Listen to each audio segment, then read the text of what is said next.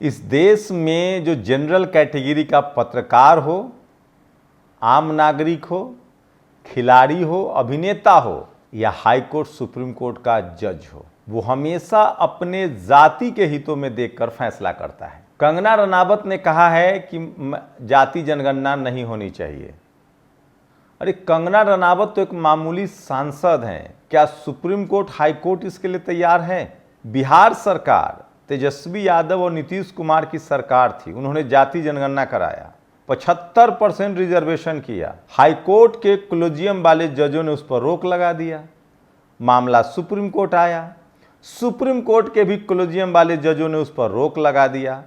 वही supreme court ने economic weaker section पर रोक नहीं लगाया और आरएसएस समर्थित बीजेपी की सरकार ने इकोनॉमिक वीकर सेक्शन को रिजर्वेशन दे दिया। नमस्कार, मैं शंभू कुमार सिंह और आप देख रहे हैं नेशनल दस्तक। इस देश की सबसे बड़ी विडंबना ये है कि इस देश में जो एससी, एसटी, ओबीसी, किसान और अल्पसंख्यक है, उसका पढ़ा लिखा तबका भी चुप रहता है, वो जीभ नहीं चलाता है। मैं तो देखकर हैरान रहता हूँ। मैं पत्रकार हूँ, टीवी में नौकरी भी की है, सोशल मीडिया पर भी रहता हूँ।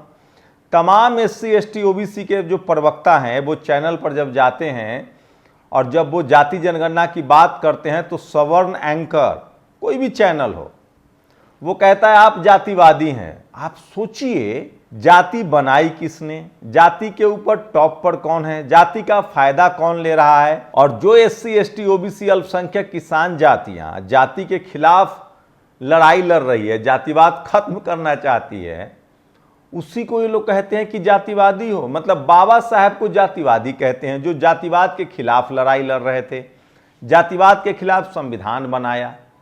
इतनी भी अभी बेसिक्स हमें समझ नहीं है, और अगर समझ भी है तो हम बोल नहीं पाते हैं। अब सोचिए, कंगना रनावत एक मामूली बीजेपी की सांसद हैं, उन्होंने कह दिया कि जाति जनगणना नहीं होनी चाहिए। एक तो बीजेपी की जितनी भद्द पिटेगी और इसके बाद जो डैमेज कंट्रोल होगा उसका अंदाजा तो नरेंद्र मोदी भी नहीं लगा सकते हैं। यहाँ तक कि हो सकता है दिलीप मंडल, अभी पता नहीं उनकी पोस्टिंग हुई है कि नहीं हुई है, लटका दिया। मुझे तो अभी भी उम्मीद है कि उनको कुछ मिलना नहीं है, लटका ही दिया होगा। दिलीप मंडल के अलावा और कोई डैमेज कंट्रोल इसको नहीं कर सकता है। दिलीप मंडल एक ही लाइन बोल देंगे कि कंगना रनावत है कौन। और सवाल है कि क्या सिर्फ सवर्णों के वोट से बीजेपी की सरकार चलेगी? 2 बार तो वो हिंदू हिंदू हिंदू कहकर, पहली बार नरेंद्र मोदी ओबीसी का बेटा हूं, और उसके बाद 15-15 लाख रुपए और 2 करोड़ सालाना नौकरी के नाम पर सत्ता में आ गए। कांग्रेस से लोग भन्नाए हुए थे, यूपीए 2 से। यूपीए 2 की सरकार को 3 ब्राह्मण नेताओं ने डुबाया। कांग्रेस को डुबाया किसने? यूपीए 1 में 3 बड़े दलित पिछड़े नेता थे, रामविलास पासवान। देखिए सिस्टम कैसे चेंज होता है। वाजपेयी की सरकार से लोग भन्नाए हुए थे, वो ब्राह्मण थे, सरकार चला रहे थे, उन्होंने सफाई कर्मचारी तक की नौकरी खा ली थी, लगातार वो पीएसयू कंपनियों को बेच रहे थे। उसी दौरान यूपीए 1 की सरकार बनी, उसमें रामविलास पासवान थे, लालू यादव थे, अर्जुन सिंह ने ओबीसी को कॉलेज यूनिवर्सिटी में रिजर्वेशन को इम्प्लीमेंट कर दिया। जनता ने फिर से यूपीए 2 को बम्पर वोट दिया, बेनी प्रसाद वर्मा भी थे। यूपीए 2 के आते ही 3 बड़े ब्राह्मण नेता, पी चिदम्बरम, मतलब कांग्रेस के बड़े नेता, देश के नहीं, पी चिदम्बरम, कपिल सिब्बल और पूर्व राष्ट्रपति प्रणब मुखर्जी। अब प्रणब मुखर्जी दुनिया में नहीं रहे, कपिल सिब्बल आजकल समाजवादी पार्टी के सांसद हैं, और चिदम्बरम को कॉलर पकड़ के अमित शाह ने जेल में डाला। इन तीनों ने मिलकर जाति जनगणना के कॉलम को हटवाया और लगभग 5000 करोड़ रुपए बर्बाद करवा दिया। ये तीनों नेता नहीं चाहते थे। कपिल सिब्बल का तो इतना पाप है कि आप भरोसे नहीं कर सकते हैं। कपिल सिब्बल वही शख्स है जिनको शिक्षा मंत्री बनाया गया अर्जुन सिंह के हटाने के बाद, और नीट लाने वाले, यूपीएससी का पैटर्न चेंज करने वाले, सीयूटी लाने वाले, तमाम एससी, एसटी, ओबीसी और किसान, अल्पसंख्यक, गरीब बच्चों का रास्ता एजुकेशन में रोकने वाले शख्स का नाम है कपिल सिब्बल। इसी सबसे भन्नाए हुए जनता ने नरेंद्र मोदी को प्रधानमंत्री चुना।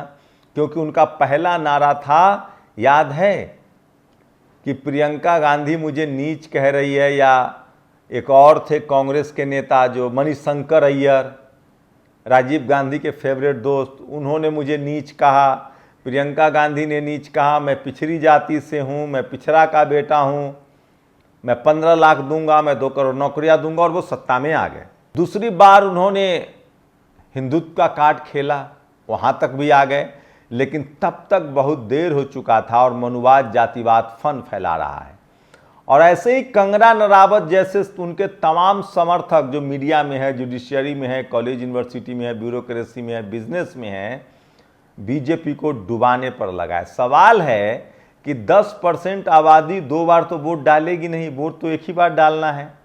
और बहुजनों के पास बहुत सब्र है। 60 साल हमने कांग्रेस को झेला है, 15 साल बीजेपी को भी लोग झेल लेंगे, लेकिन कंगना रनावत जैसों का क्या होगा।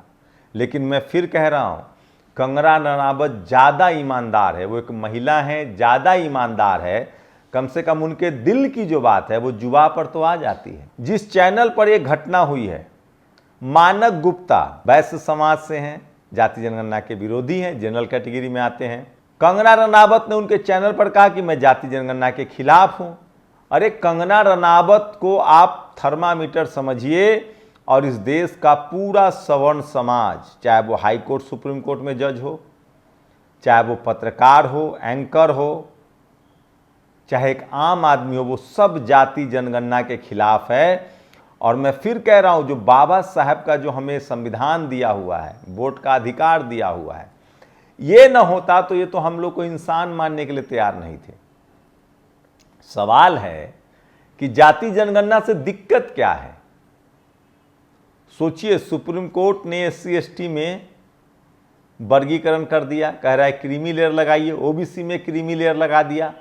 अरे पता तो, इस देश में हर साल जनगणना होती है, नदी नाले पेड़ पौधा भेड़ बकरी भैंस गाड़ी टीवी सब गिना जाता है।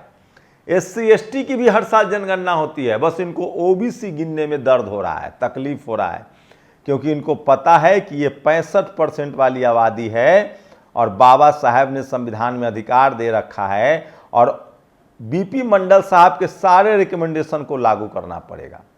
और यही वो OBC है जो हिंदू बनकर बीजेपी की पालकी ढो रहा है और सेकुलर बनकर कांग्रेस की पालकी ढो रहा है। जिस दिन ये 65% आबादी 55% आबादी को पता चल गया कि न हम हाई कोर्ट में है, न सुप्रीम कोर्ट में है, न मीडिया में है, न जुडिशियरी में है, न कॉलेज यूनिवर्सिटी में है, न ब्यूरोक्रेसी में है, न बिजनेस में है, हम सिर्फ झंडा उठाने वाले हैं।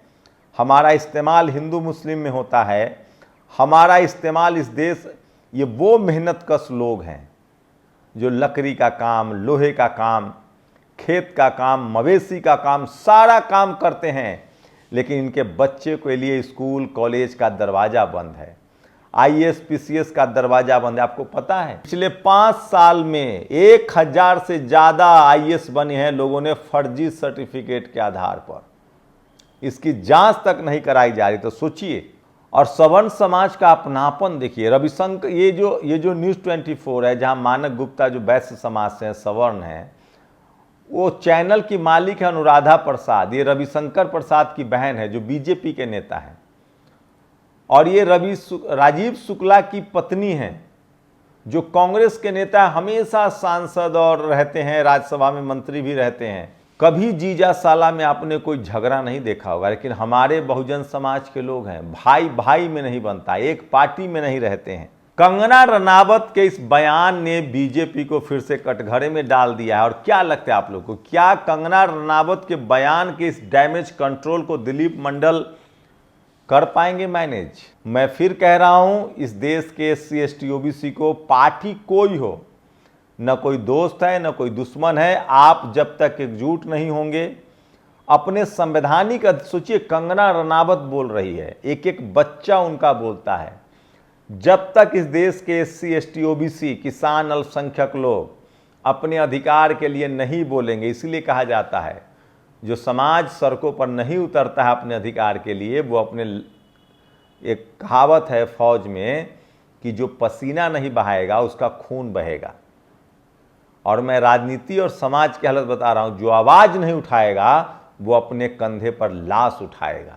इस देश में फर्रुखाबाद में, इस देश में किसके साथ रेप होता है, फर्रुखाबाद में किसका सब टंगा मिलता है, सतना में जो वीडियो वायरल हो रहा कौन है, सबसे ज्यादा दलित पर हमला होता है, फिर आदिवासियों पर हमला होता है, फिर पिछड़ों पर हमला होता है, अब नया नया मुसलमानों पर भी हमला बढ़ गया है, उसके बाद किसानों पर हमला होता है। और गलती से कोई जनरल कैटेगरी की बच्ची के साथ, मैं तो चाहता हूं किसी के साथ ना हो, अगर कोई घटना दुर्घटना हो जाती है तो पूरा देश सड़कों पर होता है। देखिए कोलकाता, देखा था आपने निर्भया दिल्ली में। तो मैं इसीलिए कह रहा हूं SC ST के लोगों, सोचो, कंगना रनावत फिल्मकार, सांसद, इस देश का हर सवर्ण समाज चाहता है कि जाति जनगणना न हो, क्योंकि उनका ओवर रिप्रेजेंटेशन पता चल जाएगा। और जब मैं सवर्ण समाज कहता हूं, इसका मतलब हुआ media, judiciary, college, university, bureaucracy, business. 90% उनका रिप्रेजेंटेशन है अभी भी। सोचिए 119 साल बाद कोई SC समाज का आदमी रेलवे का चेयरमैन बना है, जबकि भारत के संविधान की वजह से और वोट की ताकत की वजह से दलित और पिछड़ा रेल मंत्री बन सकते हैं। रामविलास जी रेल मंत्री रहे, नीतीश कुमार रेल मंत्री रहे, लालू यादव रेल मंत्री रहे, लेकिन भाई साहब आप रेलवे का चेयरमैन नहीं बन सकते हैं, CEO नहीं बन सकते हैं। मैं इसीलिए कह रहा हूं, इस देश में पॉलिटिकल रिप्रेजेंटेशन तो मिल रहा है आपका, और सजग होइए। और जब तक बहुजन समाज के पॉलिटिकल नेता अपने जातियों को अपने संवैधानिक हितों के लिए नहीं बोलेंगे, अपने जातीय हित से, परिवार के हित से ऊपर नहीं उठेंगे, एक दिन उनका भी अस्तित्व खतरे में पड़ जाएगा। और कंगना रनावत को तो मैं सैल्यूट करता हूं, इनसे ज्यादा ईमानदार कोई आदमी ही नहीं हो सकता है। ये जो कंगना रनावत ने कहा है, इस देश का हर सवर्ण समाज ऐसे ही सोचता है। अभी SC ST OBC की नाकामी है कि वो जाति जनगणना को लेकर अपनी बात नहीं कह रहे हैं। तो आप लोग सोशल मीडिया पर जहां हो सके लिखिए। ये मैं जरूर भरोसा दिला रहा हूं कि सोचिए, कंगना रनावत बिल्कुल सही कहा है, पार्टी कोई हो, सवर्ण समाज के नेता जाति जनगणना के पक्ष में नहीं है, और नहीं भरोसा है तो सर्वे करवा लीजिए। और जाति जनगणना के वो इसीलिए खिलाफ हैं ताकि इससे पता चल जाएगा कि किस जाति का कितना रिप्रेजेंटेशन ज्यादा है। अब कुछ लोग कहते हैं कि भाई जातिवाद तो खत्म होना चाहिए, संविधान में जातिवाद की बात ही नहीं है। अरे भैया, जाति जनगणना जातिवाद खत्म करने का ही हथियार है। जैसे टीबी की बीमारी में टीबी की दवाई खानी पड़ती है, जाति जनगणना से जाति बढ़ेगा नहीं, जाति जनगणना से जातियों का पता चलेगा, और जो जाति पीछे छूट गई है उसको मौका दिया जाएगा, वो तब जाके जाति खत्म होगा। गरीबों की कभी जाति खत्म नहीं होती है, जाति तब खत्म होगी जब उनका रिप्रेजेंटेशन होगा सोशली, इकोनॉमिकली, तब जाकर ये खत्म होगा। शुक्रिया कंगना रनावत, आपने अपनी सच्चाई कही है। आप लोग बताइए, क्या इस देश का सवर्ण समाज जाति जनगणना चाहता है? और नहीं चाहता है तो क्यों नहीं चाहता है? क्यों है उसको डर? जो जाति का गुमान लेकर गाड़ियों पर लिखते हैं, हर जगह जाति की चर्चा करते हैं, जब जजों की भर्ती जाति के नाम पर। इस देश में आप दो चीज समझ लीजिए, इस देश में जो प्रिविलेज लोग हैं वो अपने परिवार की भलाई देखते हैं, परिवार का सब परिवार के बारे में सोचता है, और जब परिवार के लिए सब कर लेते हैं उसके बाद जाति की बारी आती है। और कौन लोग हैं जाति के लाभार्थी, ये समझना चाहिए। इसलिए जाति जनगणना जातिवाद के खिलाफ एक लड़ाई है, जातिवाद खत्म करने का एक हथियार है। और मैं तो कह रहा हूं, जाति जनगणना और आरक्षण इस देश को मजबूत बनाने की पहल है, और इसमें OBC को सोचना चाहिए। SC ST की जनगणना होती है, अल्पसंख्यक समाज की भी जनगणना होती है, नदी नाले, पेड़ पौधे, टीवी, अखबार, गाड़ी घोड़ा, भैंस, सबकी जनगणना होती है। बस OBC की गिनती को ही रोकने में इनको तकलीफ है। तो सोचिए, OBC का 27% रिजर्वेशन नहीं लागू हुआ। और मैं इसीलिए कह रहा हूं, इस देश में आप सर्वे कर लीजिए, सवर्ण समाज जाति जनगणना के खिलाफ है। और अब धीरे धीरे SC ST OBC किसान अल्पसंख्यक 50% लोग जाति जनगणना के पक्ष में। जाति जनगणना से जाति बढ़ेगी नहीं, जाति का खात्मा होगा और सबको बराबर का मौका मिलेगा। लेकिन सोचिए, जो कंगना रनावत की भाषा है वही हाई कोर्ट सुप्रीम कोर्ट की भाषा है, वही मीडिया की भाषा है, वही जुडिशरी की भाषा है। इसलिए मैं बार बार कह रहा हूं, अगर आप लिबरल सवर्ण को भी देखते हैं, पहले तो टीवी अखबार आपने छोड़ा, तब आप सोशल मीडिया पर आए, अब सोशल मीडिया पर भी वही लोग आ गए हैं। अगर वहाँ भी आप उनको देखते हैं, आपको लगा कि अरे ये तो मुसलमानों के साथ खड़े हैं, अरे ये तो बीजेपी के खिलाफ खड़े हैं। बीजेपी के खिलाफ होना SC ST OBC किसान अल्पसंख्यक के साथ होना नहीं है। धर्म के मैं बार बार कह रहा हूँ, ये लोग हिंदू मुस्लिम के मुद्दा को इसलिए तूल देते हैं ताकि आप धर्म के मामले में फंसे रहें और अपना अधिकार न खोजें। शुक्रिया कंगना रनावत, आपने जो सच्चाई बोल दी है, जो आपके जुबान पर है। आप लोग बताइए क्या कारण है, इस देश का हर सवर्ण जाति जनगणना के खिलाफ क्यों है, और जिस दिन इस देश का हर बैकवर्ड, दलित, पिछड़ा, आदिवासी, अल्पसंख्यक जाति जनगणना के पक्ष में हो गया, उस दिन जाति जनगणना करानी पड़ेगी और उसके हिसाब से सबको हिस्सेदारी देनी पड़ेगी। आपकी क्या राय है? शुक्रिया।